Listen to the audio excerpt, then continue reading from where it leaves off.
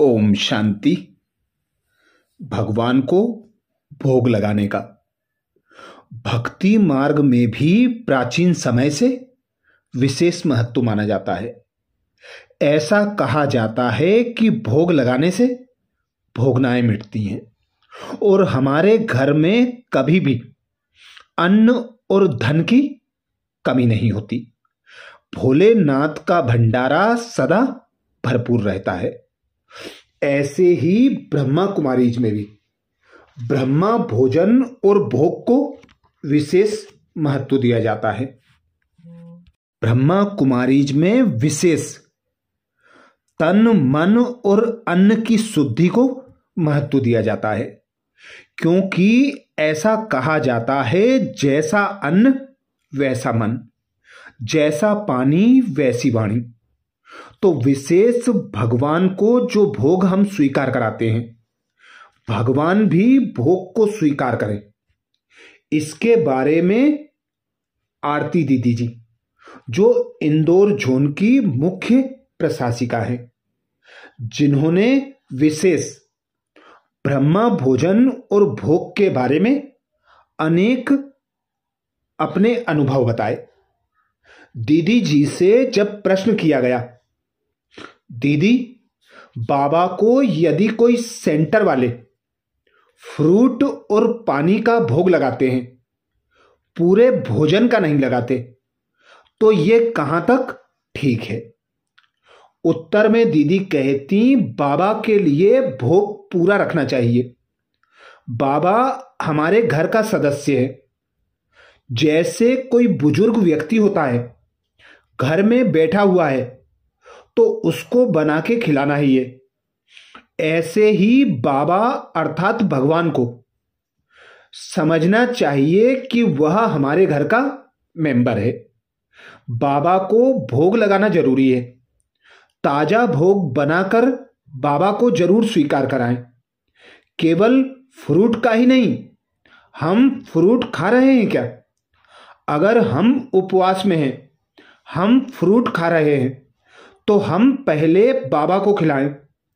अगर हम सब खाना खा रहे हैं और बाबा को फ्रूट दें, तो वो ठीक बात नहीं है। इसलिए विधिवत थाली सजाकर, बाकायदा टेबल या चौकी पर रखकर, भोग कपड़ा डालकर बाबा का आह्वान करें, उनको बुलाएं। बुलाने के बाद भोग स्वीकार कराएं। 10 मिनट 15 मिनट तो हम कम से कम बाबा को भोग स्वीकार जरूर कराएं और विधि पूर्वक कराएं तो अच्छा रहेगा। ऐसे ही दीदी जी से अगला प्रश्न किया, दीदी क्या भोग में भोजन के साथ फ्रूट रख सकते हैं? उत्तर में दीदी कहती, कभी कभी जिज्ञासुओं को फल देना पड़ता है, या कोई घर में बीमार है तो देना पड़ता है, इसलिए फल रहता है तो अच्छा रहेगा। फल रखिए, ड्राई फ्रूट रखिए। ड्राई फ्रूट खराब नहीं होता। आप किसी को देना चाहें तो प्रसाद के रूप में दे सकते हैं। ये सभी चीजें हमें रखनी ही चाहिए। अगला प्रश्न दीदी जी से, दीदी अमृत का क्या महत्व है और अमृत बनाने की विधि क्या है? उत्तर में दीदी कहती, अमृत का महत्व तो बहुत है। जैसे भक्ति मार्ग में चरणामृत का महत्व है, वैसे यहां अमृत का महत्व है। अमृत जैसे मधुबन में बनता है, वैसे ही बनाना चाहिए। अमृत का प्रभाव मन पर बहुत पड़ता है, तन पर भी पड़ता है। अमृत सब लोग चाहते हैं कि हम भी पी लें, इसलिए अमृत रखना बहुत आवश्यक है। पानी को थोड़ा गुनगुना कर लीजिए, बहुत ठंडा नहीं हो। शक्कर या शहद मिलाएं। शहद नेचुरल मिठास मानी जाती है। फिर इलायची, केसर, तुलसी के पत्ते सब मिक्स करके डाल दीजिए। उसके बाद आप दीजिए तो टेस्ट बिल्कुल ही अलग होता है। अगला प्रश्न दीदी जी से। दीदी, हम लोग खाना खाने के साथ सदा पानी पीते हैं, लेकिन बाबा को मीठा क्यों पिलाएं? उत्तर में दीदी कहती, मीठा हर समय नहीं पिलाते, सिर्फ भोग जब लगाते हैं ना, सत गुरुवार के दिन, तब पिलाते हैं। बाकी दिन आप सादा पानी रख सकते हैं। हर समय मीठा पानी रखने की आवश्यकता नहीं है। अगला प्रश्न दीदी जी से। दीदी, बाबा को कौन सा भोग स्वीकार्य होता है? उत्तर में दीदी कहती, जो बाबा की याद से बनाया हुआ हो। बाबा ने एक बार अनुभव कराया था, जैसे कोई भोग का पैसा लेकर आते हैं, कहते हैं हमारी तरफ से भोग लगाना, तो बहनें पूछ लेती हैं कि आपको क्या चाहिए भोग में। वह कहेंगे हमको समोसा कचौड़ी चाहिए। फिर जब हम भोग बनाते हैं तो उस समय उनको याद रहता है, वह आत्मा याद रहती है ना, बाबा तो याद नहीं है ना, तो बाबा भोग स्वीकार नहीं करता है। ऐसे समय पर अगर हम बाबा के लिए बनाते हैं, बाबा की याद में रहकर बनाते हैं, तभी भोग स्वीकार होता है। भगवान का भोग बहुत प्यार से बनाएं और भगवान के लिए ही बनाएं। भले भोग कोई भी लगवाए, लेकिन संकल्प हमारा बाबा के लिए हो। दीदी जी से अगला प्रश्न। दीदी, बाबा को भोग लगाते समय अपने अंदर किस प्रकार की भावना पैदा करते हैं?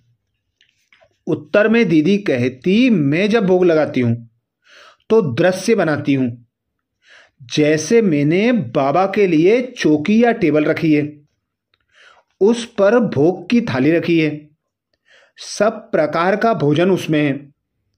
फिर मैं बाबा का आह्वान करती हूं, तो मुझे ऐसा फील होता है कि सच में बाबा हमारे सामने बैठे हैं और मैं बड़े प्यार से अपने हाथ से बाबा को भोग स्वीकार करा रही हूं।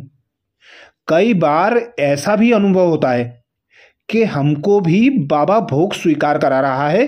साथ साथ मोहब्बत से बाबा का आह्वान करके भोग स्वीकार कराएंगे तो सच में भगवान ने भोग स्वीकार किया है, यह अनुभव होगा। अगला प्रश्न दीदी जी से। दीदी, जैसे भोग की थाली है, चौकी है, क्या ये सभी चीजें सिर्फ और सिर्फ भोग के लिए ही यूज करते हैं और कामों में तो नहीं यूज करते? उत्तर में दीदी समझाते, मधुबन में बाबा का कमरा है, जैसे यहाँ चौकी रखी हुई है, ऐसे ही क्लासरूम में वहां पर एक टेबल बाबा का रखा है, जिस पर हम सतगुरुवार का भोग लगाते हैं। वो टेबल अलग है और किसी प्रयोग में नहीं आता, उसको केवल सतगुरुवार के दिन प्रयोग किया जाता है। बाकी दिन उठाकर रख देते हैं, क्योंकि वह बाबा का टेबल है, हम उसको झूठा नहीं करते। तो ये विशेष भोग संदेश बी के आरती दीदी जी का है, जो स्वयं अनुभव बताती हैं। मैं 16 साल की उम्र में बाबा के यज्ञ में आई, साकार बाबा से 2 बार मिली। सन 1968 में हायर सेकेंडरी करने के बाद 30 कन्याओं की पहली ट्रेनिंग में हम मधुबन आए थे। ट्रेनिंग करने के बाद सीधा ही हमको दादी और दीदी ने इंदौर भेजा था और वहाँ पर मुझे 50 साल से ऊपर हो गए हैं। अच्छा, ऐसे ही और विशेष ब्रह्मा भोजन और भोग पर वरिष्ठ भाई बहनों के, दीदी दादियों के अनुभव सुनने के लिए बाबा के चैनल को सब्सक्राइब करें वीडियो को सभी बीके भाई बहनों को शेयर करने की सेवा जरूर करें। ओम शांति।